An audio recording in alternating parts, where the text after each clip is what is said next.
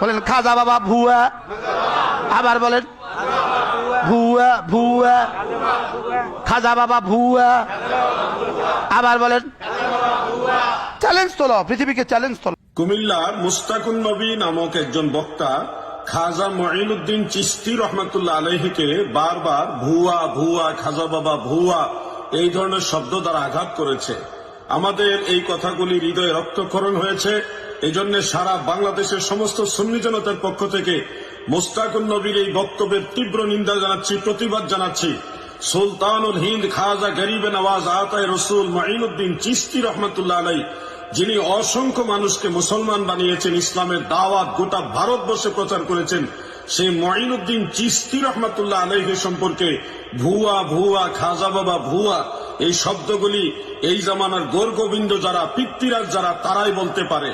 আমরা এই বক্তব্যের তীব্র নিন্দা জানাচ্ছি, প্রতিবাদ জানাচ্ছি।